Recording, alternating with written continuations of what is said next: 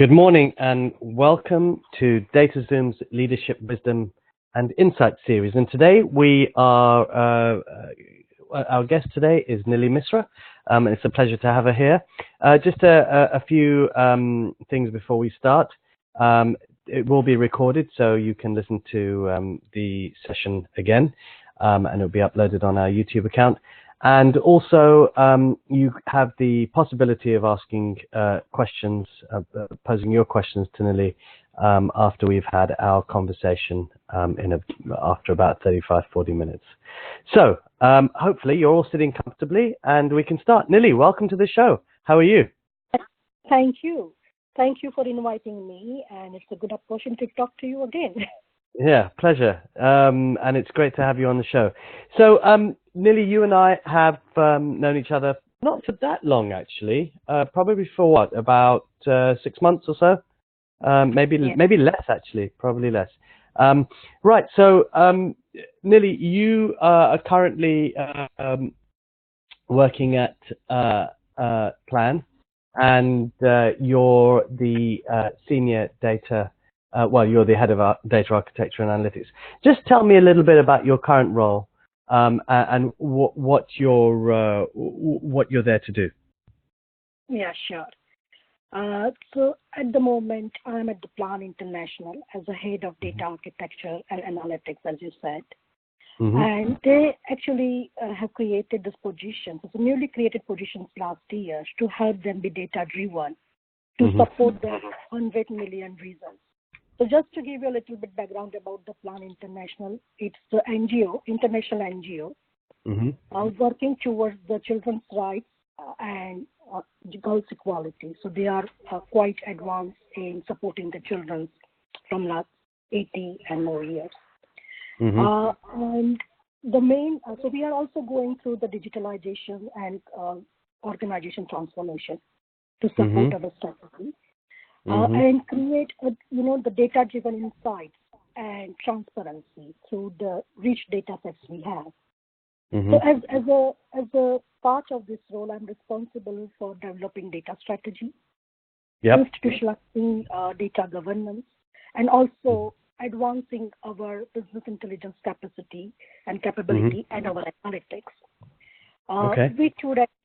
So it's a quite intensive work comparing the data we have and where we can do. So it's more of like, how we can do and what we can do rather than what we can't. It's that question. Sure. But I think my vision at the moment with how I see for the Plan International is to have a global data hub where I can help the decision makers from the inside, supporting, improving the transparency and effectiveness for our country offices, which we have established in 54 country offices, and also our national organizations, which are our fundraising organizations across the globe.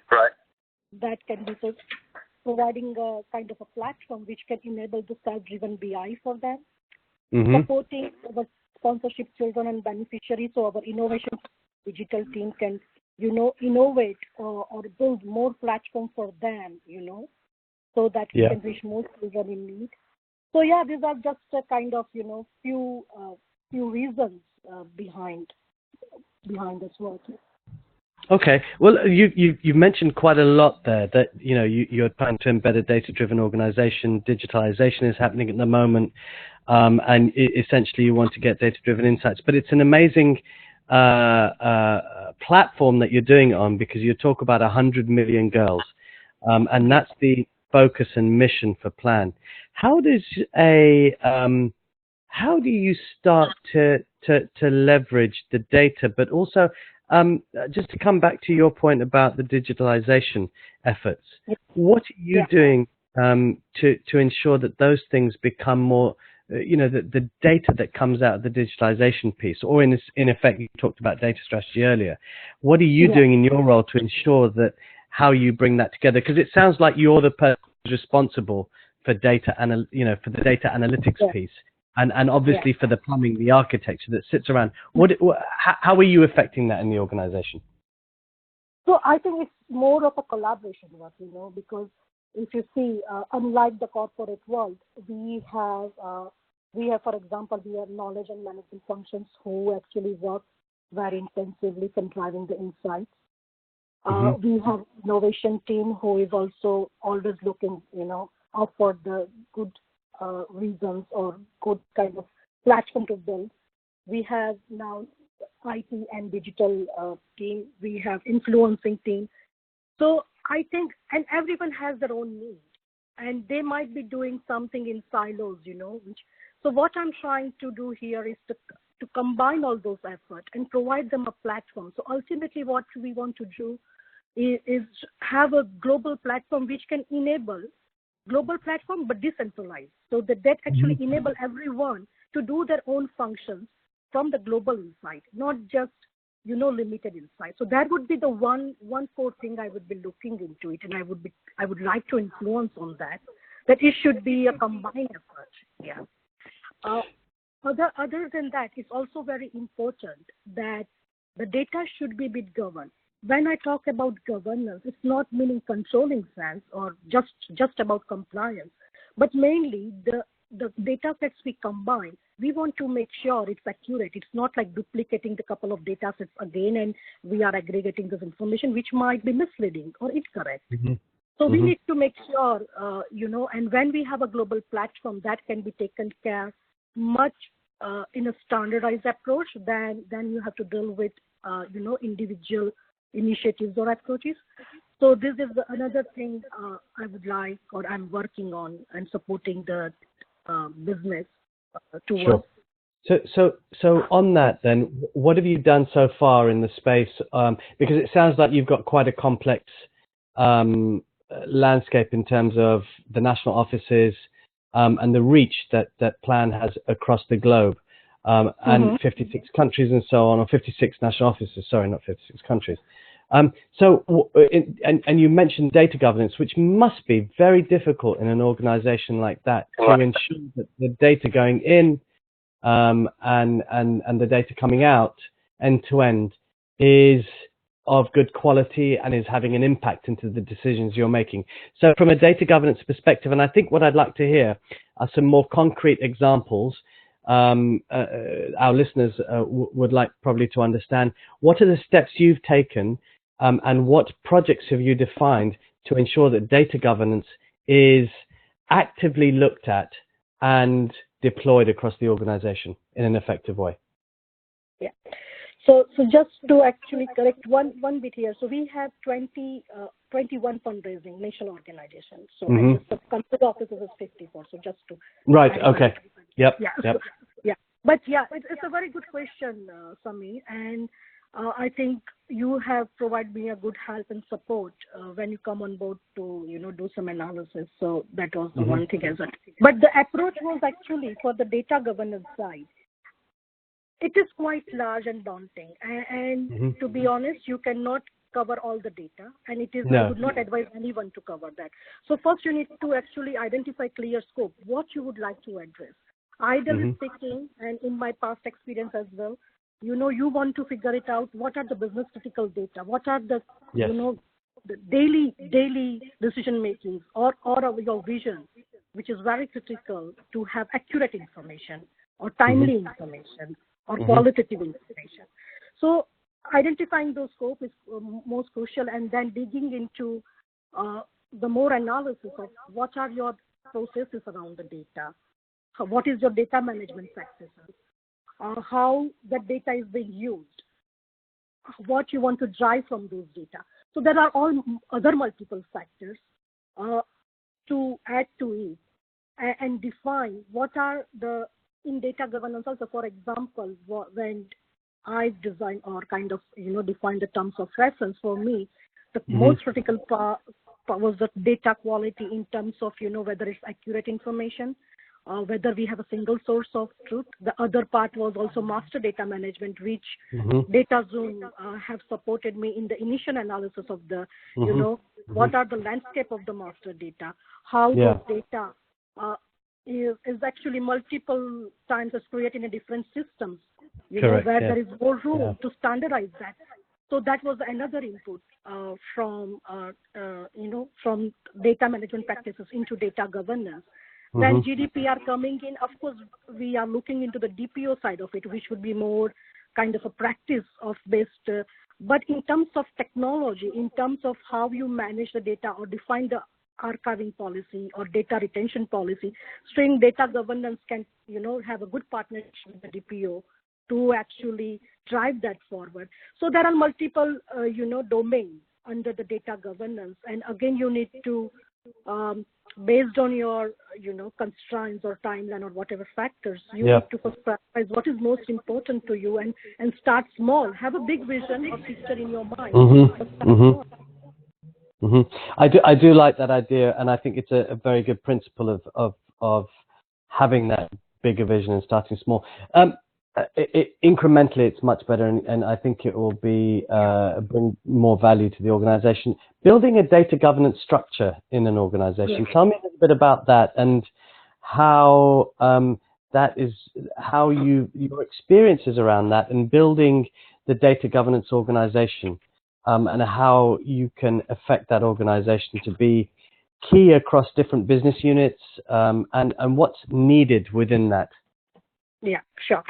So I think first key is you need to have executive sponsor for your data governance program, and that person should be passionate about data as well, because this is not some kind of just a function where you take care of data, like you are doing kind of finance activity or you are doing the marketing activity, because this needs to sometimes mandate some of the processes to have a better data, better qualitative data, or better use of data.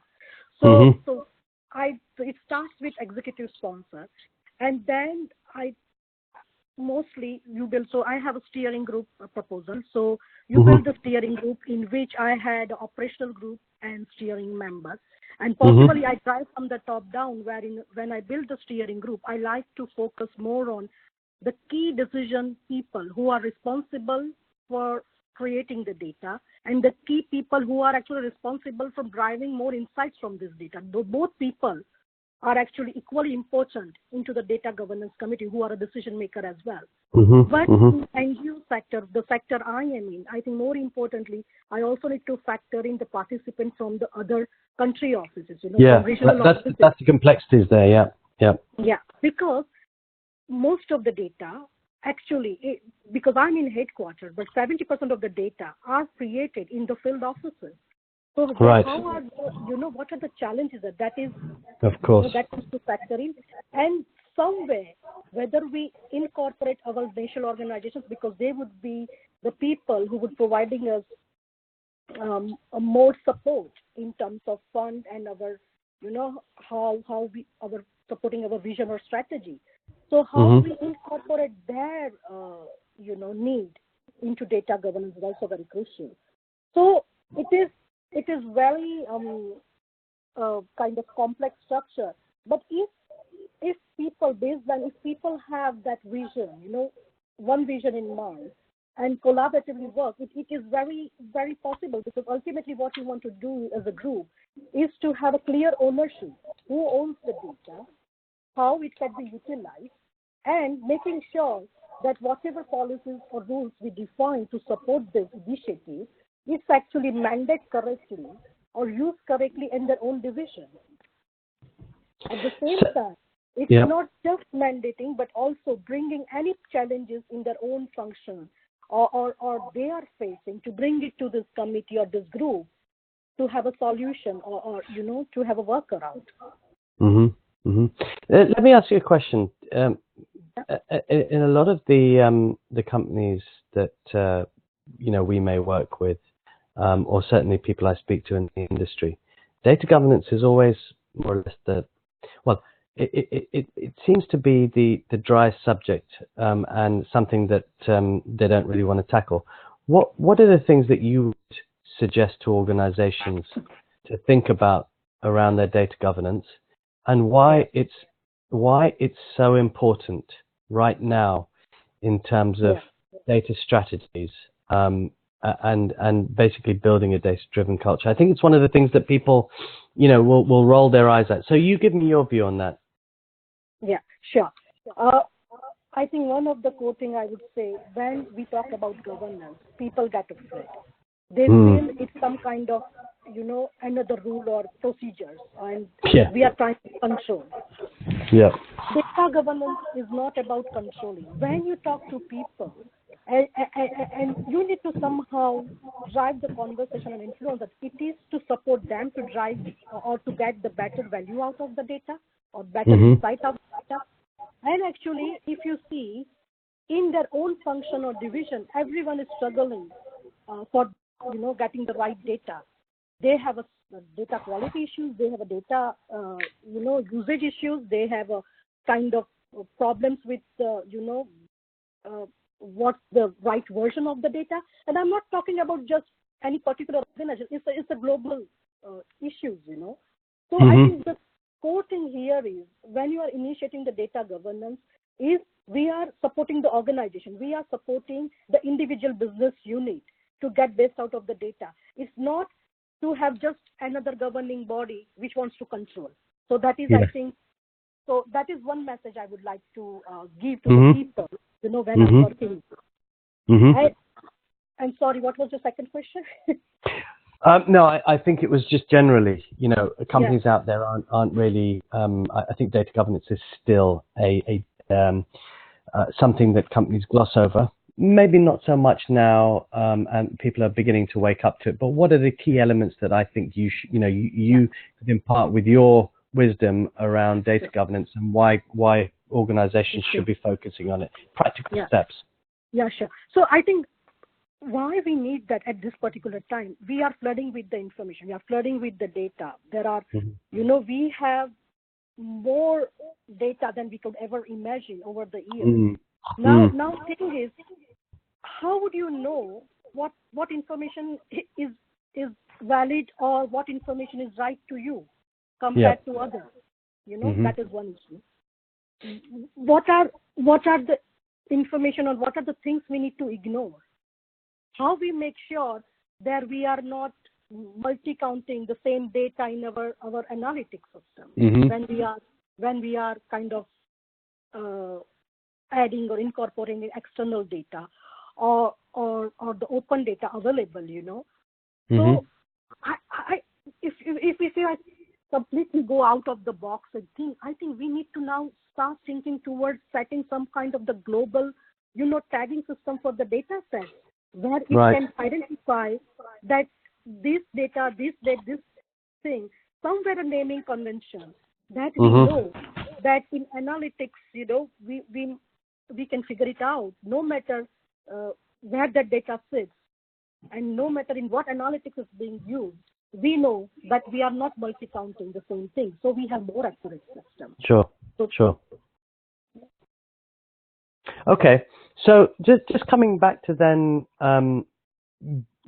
we've gone from data governance. Let's talk about data strategies. And you talk about digitalization. Now, digitalization is a very large and wide topic. It's everybody's talking about it. The core, I believe, the output from digitalization is data.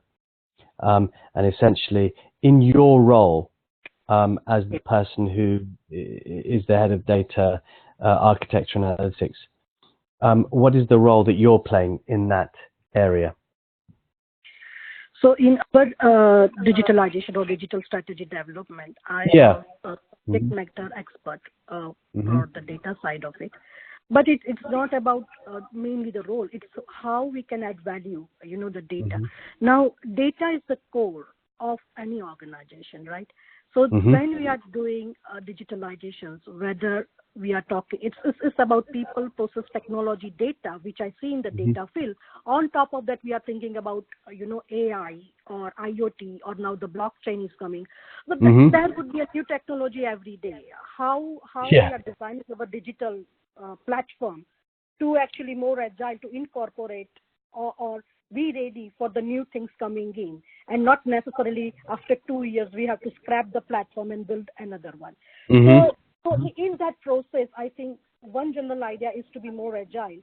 And from data perspective, if I would like to add, it is more about how we can make it agile, or that digital initiative, which are possibly might be kind of multiple initiatives, but underneath core, again, it's the same vision or same kind of philosophy, that we need to have a single platform to support multiple initiatives.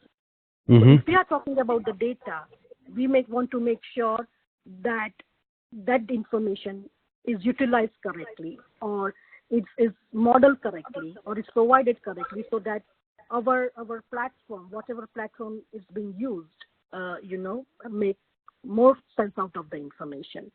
Because ultimately, it's like all digital is what talk about. Without data or information, it would be just a skeleton. You need to drive something, and that's like.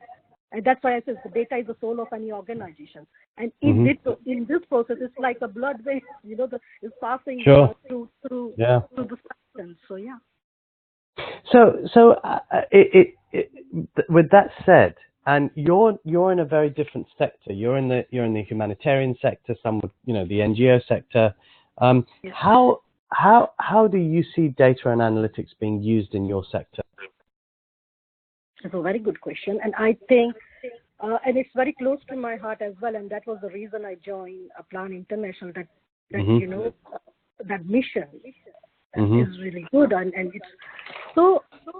Here, when we are talking about the humanitarian sector or any government sector as well, the BI or analytics actually is supporting to the people's life, and not necessarily the business benefit of more production and product, or more benefits, not like that, but we are benefiting the real people's life. We want to reach more people in need. So the scope here is quite large. The scope here is very real. The effort required is so large that one can even imagine, because think about over the years the data we collected, and in the same, like the data, open data available outside, and the data collected in the UN offices, So there are a lot of data, a lot of scope. It's a matter of, having some kind of collaboration, and it's not that it's not happening. There are multiple collaboration happening outside as well to make more sense out of the data. There are very good initiatives happening, but I think time is a factor as well, and how much importance we want to do. It's easy to say, how far or how close we are towards our aim, but how ready we are to leverage this data or technology or possibilities available today to actually help our mission. So are there some tangible things that you can do with data? So give me some examples, tangible things that you can do with the data currently to help you towards that 100 million girls mission. Yeah. So, for example, the example I gave in the beginning, my vision for having a global data hub. So building that platform. So what I'm planning is to have not only the data from our global systems, but also the data from our country offices, And it is again, it is not mandatory, or it is not like mandate. It is, for example, if one of the region wants to have, they have a data sets for their local region of some food data available, or the health data available, over the years they've collected that. So if they want to do some analytics compared to what data we have, we can bring on those data and provide them a tool to actually drive the insights for them. That data can actually be used, that all combination of it can actually have a kind of innovation team or digital team can actually build a platform to actually support more of our sponsorship children and beneficiary and children in need towards our 100 million reason strategy. And not only this is still comes external, but if I have to, so I can add more analytics reports and more reports to support our decision makers, where we stand here, what needs to be done, so that we can add strengthen or add more value to their insights, their decision making. So all those things, it's happening. It's not that data is bringing something new. I would put it's strengthening our facts. It's more factual based than sometimes a mix of the information we have and mix of gut feelings. We need to try to work more factual, and with data and with analytics is very much possible. So you're really talking about an evidence-based approach, which allows you to then understand, because you've got a different reach, haven't you? You've got, in some cases, institutional funds and funds from the public, and you've got to then make sure that is deployed correctly and efficiently, and it's getting to the right people, and that is helping support their lives to become better, to grow richer in terms of their experiences and education and so on, and essentially become, bring their family up with them, or the community around them. So you've got a much greater depth in terms of impact on the world that you're making. And I'm not saying that other companies don't do that, but from that aspect. So I'm just wondering. So is it really about how you're using the data to essentially work out from funding to impact, and how well you're doing? And I think that's fine in terms of you understanding where the improvements are being made. But what about, you mentioned earlier things like machine learning, and you mentioned blockchain. How are those technologies going to start helping you achieve those goals? And where do you see those making the biggest impact? I think it's also depend on what we are after first. When I think if at the moment I'm at the stage where I would like to leverage and maximize the use of data. I think once, not necessarily saying that you do not go for a blockchain platform or AI or things like that, but once we establish certain level of, I then can look into AI, how that analytics can be more AI, that can over the time it's matured as a more, artificial intelligence. So there are room over there, and if we are talking about in the digitalization, there are also rooms, where we can leverage. For example, in the recent, I think one of the workshop or seminar I've heard that there is a AI robots how helping in a humanitarian sector or fighting, where they had a disaster. So I think that it is there. It's, I think, leveraging more of those and welcoming those ideas into your normal practice, I think. But having said that, people have already started, and I've seen, to be honest, if I've seen it is more happening in the NGO and the government sector than a corporate, I would say. To this kind of, because they're very much looking forward to make use of this technology. To advances of, the practices we are doing. But it sounds like you need to get your foundational capabilities in place first in order to then leverage those richer technologies. And then for you to... And that is my approach, because possibly I'm too data focused, I'm too passionate about it, and I know there are, it's like if I have a choice of, if I'm commuting from home to work and I have a choice to drive a small car versus a quite large car, and considering the traffic and parking constraint, I would, for the daily commute, I might go for a small car.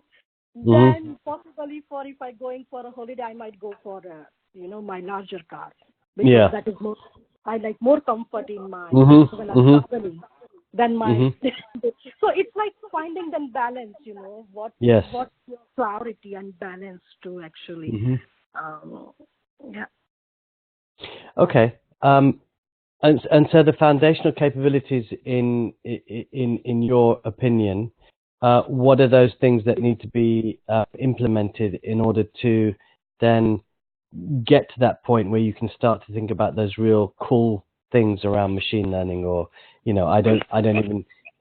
Blockchain is still a way. It's not so close, I think. I think the concept is good. We can leverage the concept, but in terms of actually utilizing it or how we can benefit it, it's bit away. We need to have strong evidence to use that. But concept is good. Sometimes you can use that concept into the way you design your data platform or things like that. So I think sometimes as a leader in this or as an initiator, you need to decide because technology, the trend is changing every moment, how you leverage that. You don't need to shift or cancel what you are doing, but leveraging, keeping up to date with the trend, leveraging the philosophy into what you are doing. Start with that. Have a vision, have your design or approach more agile and more kind of flexible to accommodate future needs or future innovations.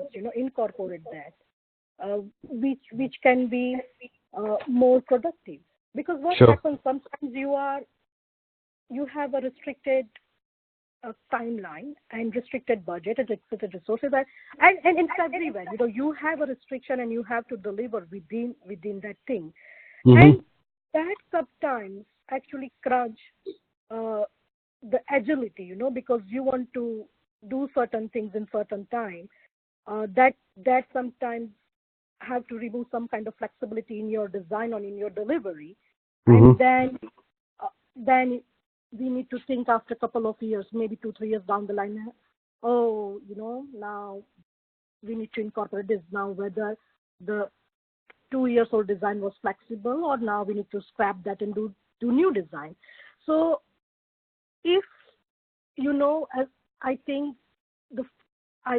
which I am also struggling, but as a normal, in a data sector or initiator or and any technology sector, I think we need to be very conscious about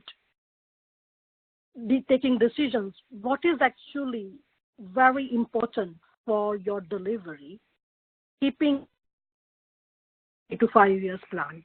Don't just cut, short or corners, which is that is very definite in 3 years' time.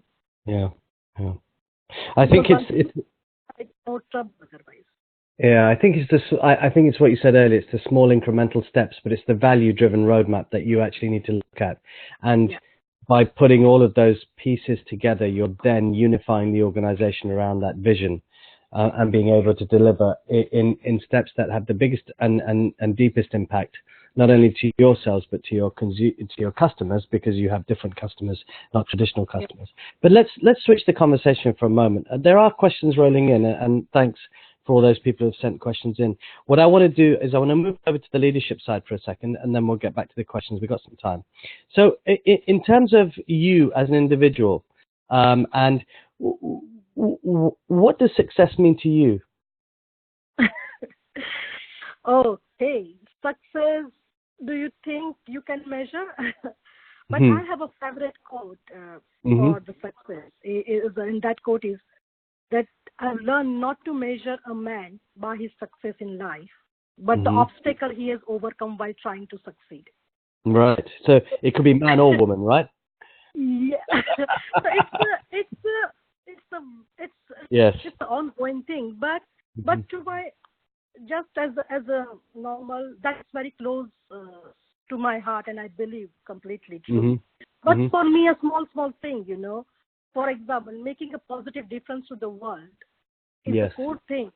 But maintaining a balance in life, spending time with family and loved ones, raising children who are happy and successful in what they do, while you are overcoming your obstacles, that is the biggest success as well. Great. Love it. Yeah, no, I love it. And when I speak to you, your passion for data comes through in every sense. I can hear it. And where did you get this passion for data from? Where did that emerge from? From the beginning. So I started my computer engineering journey or software company 18 years back as a senior officer. Okay. And somehow I've seen, I was working with the organization. I've seen the people that we had a system, good systems, but people always struggle with the reporting side. People always struggle with, kind of consolidating the finance information or some information. So without my knowledge that what I'm doing was actually data focus only, I've started helping them, making out stuff, oh, we have the data. Don't worry about the system. Let's make this reporting. Let's make, so started from there. So ultimately, if you see, all we do, the IT systems, any applications, no matter how advanced the system we have, it is to collect the data and retrieve the information out of it. That is the case. So, and we have more people to retrieve the information or use those information to who are actually admining the system for the data, So and people have shifted their thoughts, but we still need more shifts towards the other end side of it, that we need to focus more on retrieving the information and driving the value out of it. And that's how, and then from last 10, 12 years, I was just focused with having a partnership with the business of what this data you have, what you can do, what insights you can drive, what are the KPIs you can do, what are the external data you need, where are the challenges and how you can overcome with the data or with having a proper framework or governance implementation. So it's all about, around that. And now in last couple of years, we are talking about, now the complete data division, like, now chief data office coming into the role, and then, having a proper structure, data governance, data architecture, BI and analytics. But even if I go back 2 decades, these were already there. It was just not structured in that way, So taking your extreme passion for data, I can see that, and I understand where you've come from. As a leader in your field, as the person that is driving the data initiatives forward, and making sure that the company becomes more data driven, there's a culture around it, a growing culture. What's the one characteristic you think that you think every leader should have? Whether you're a data leader or not, what are those? What's that one character? Maybe you've got two, I don't know, but what's the one characteristic? I'm asking what pops to mind first? I think it's integrity. Okay, integrity. Stick to your values and core beliefs. You need to stick to your values and core beliefs, because without access, it's not possible. Yeah. Agreed. Is the core part, for the leadership, and especially in the field of the data world or AI or the digitalization, I think is very important. And as a leader, you're not where I think in some ways we're all born leaders. But how do you continue to grow and develop yourself as a leader in your field? Oh, I wish I could do more. But to be honest, my simple routine or the way I am is observing. I can learn from anything and anyone, a 2-month-old baby to 90-year-old person. Because when you observe their behavior or the way they lead, what they are doing, it's very refreshing. The approach is the.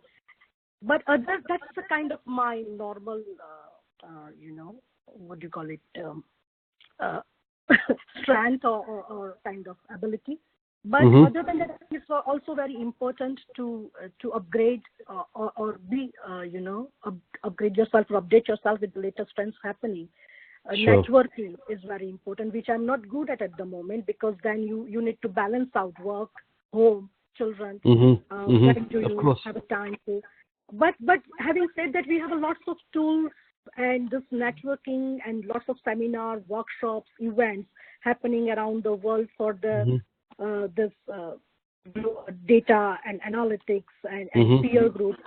So if I have an opportunity and when I have time, I try to make an effort to be part of that as well, which can give me a bit, different side or different angle to my thinking as well.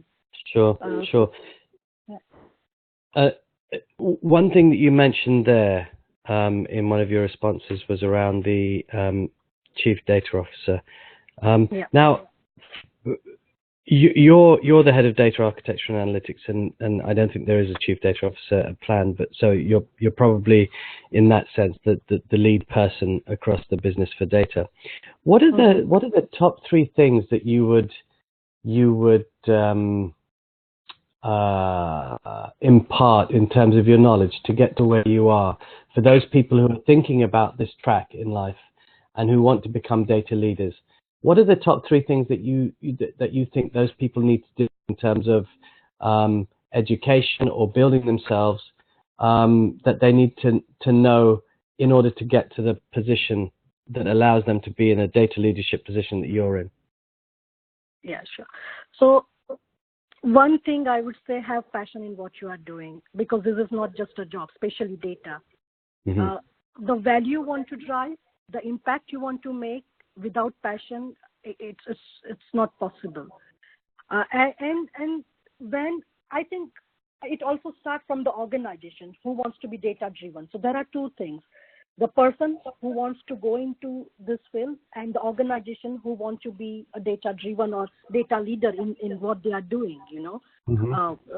So I think for the organizations, they need to be very, very aware of, if they really want to focus on data, where they put the positions of data lead, how they want to drive the value.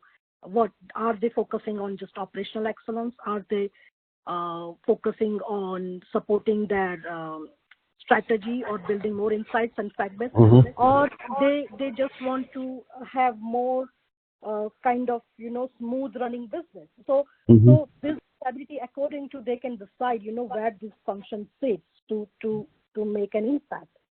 For a person who really wants to make a change in this field, I think for this data, I think data governance, data management, data architecture, and BI and analytics is the core area for this leadership. And without technical knowledge or architecture, only concept would not work, and only concept would not work without the other side of it. So this has to be business focus, but with strong technical knowledge as well, which can strengthen your platform as a leader. Okay, so it's understanding business, understanding technology, and then being able to I think you talked about it, being able to then develop as a leader and being, using, being coming from an angle of integrity as well, to ensure that you are keeping with your vision and what you want to do. I'm just gonna go to the questions for a second. Sure. And I think we've got some questions coming in. Let me have a look at what they are. Okay. I think we have some good ones.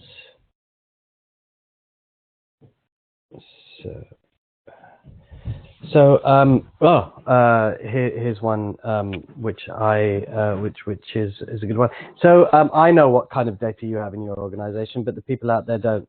So what kind of data do you have in your organization? What kind of, sorry? What kind of data do you deal with in the organization? What data drives the decisions that you take? So because we are in the INGO, so I think we have the data of sponsorship, children or beneficiary. We have data, we receive the funds, so we have those kind of information. But there are, other than outside of my organization, I think there are a lot of open data available in terms of what's happening, in the world with people in need. So I think there are lots of open data available as well. If someone is really interested in kind of doing analytics, there are lots of volunteers who is doing helping this this good cause, UN or SDG. Yep. So it sounds like you've got the main data points in the organization are the data points around those people that you serve, the children and the families and so on, and then obviously those people who provide the money, the donors. So you've got two sides of the coin. And then I'm assuming that you've got that open data you speak about are the data points from organizations like the UN, the World Bank, and people who are doing projects or funding projects and who have data that's available on different demographics in different countries around children and how and what their needs are. So needs-based organizations and so on. So I'm assuming those three things that come together allow you to see a much richer picture about the impact that you're making on society and the impact that you're making on individuals, and certainly then being able to show the value to the sponsors that are then how the value is equated to their funds. So I think that's a very huge impact that you make. So next question, for your data governance, is there an industry specific standard that you try to align with? Let me ask that question first.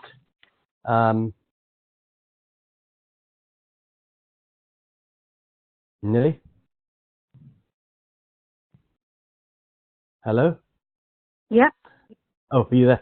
So for data governance, do you have an industry-specific standard that you align with? Not really. There are some ISO standards, but there is, I think, but not for specific to overall data governance. So I think you need to factor in what are the criteria or reasons for the data governance according to your needs. You define the scope and start building small from there, but have a overall vision. And then the next question is, how did you set up the data model architecture? Was that set up by yourself, or did you use one country as a standard, and then did you incrementally improve it in different countries? How did you do that? It is one of the agenda, but we haven't started looking into it. But again, having said that, the global model should not be to covering all the data.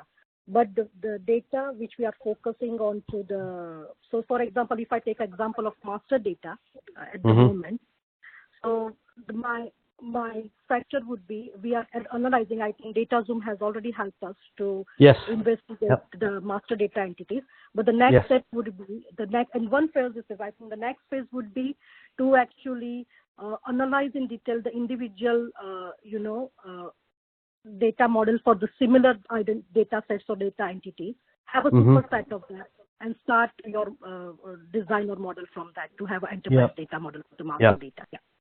Okay, that makes sense. And another question is, how many people report to you directly or indirectly? It's a newly created position, so very small team, but we are actually expanding and planning to expand as we grow. So so we started with in-house 2 people reporting, and I have consultants, which we have a third-party consultant to support the BI function. So they are reporting to me, but it's based on the completely consultant team, which is offshore. And then we are extending now, going for the new global platform, which I'm expanding my team. So we'll have few more new positions being opened soon. Excellent. And to who do you report? That's the other next question. I report to Director of Information Technology, so it's like a CIO role for the organization. Okay, perfect. Just those are the questions that have come in, but I just want to go back to one question that always comes up in my mind, and that's again back to the leadership position. You've got to a point which, obviously in the data world, being where you are in particularly in the humanitarian sector is a big achievement. Who are the men or the women who have had a major impact on your life? Oh, I think first of all, I would like to start with my parents, of course. I strongly believe for the compassion I have, so giving me the gift of that compassion and value of optimism, which I strongly believe, and always believing in making me the person I am today. So it goes to my parents. Then my husband, being so conscientious and supporting me in my journey. My loving daughters for keep inspiring me. But after all that, if you walk by to the, and walking and seeing some people doing kind things or a kind gesture, it also impacts, it leaves some positive mark within you to do something good in return to someone else. That is, that's how it goes on. Fantastic. Well, Nili, I think we don't have any more questions, and I've certainly had a fantastic session with you. Learned a lot about you, and I wish you continued success in all that you do, and fantastic role you have. And I'd just like to thank you again. Thank you very much for having me. Thank you so much. It's a pleasure, an absolute pleasure. Thank you so much, and goodbye, everybody.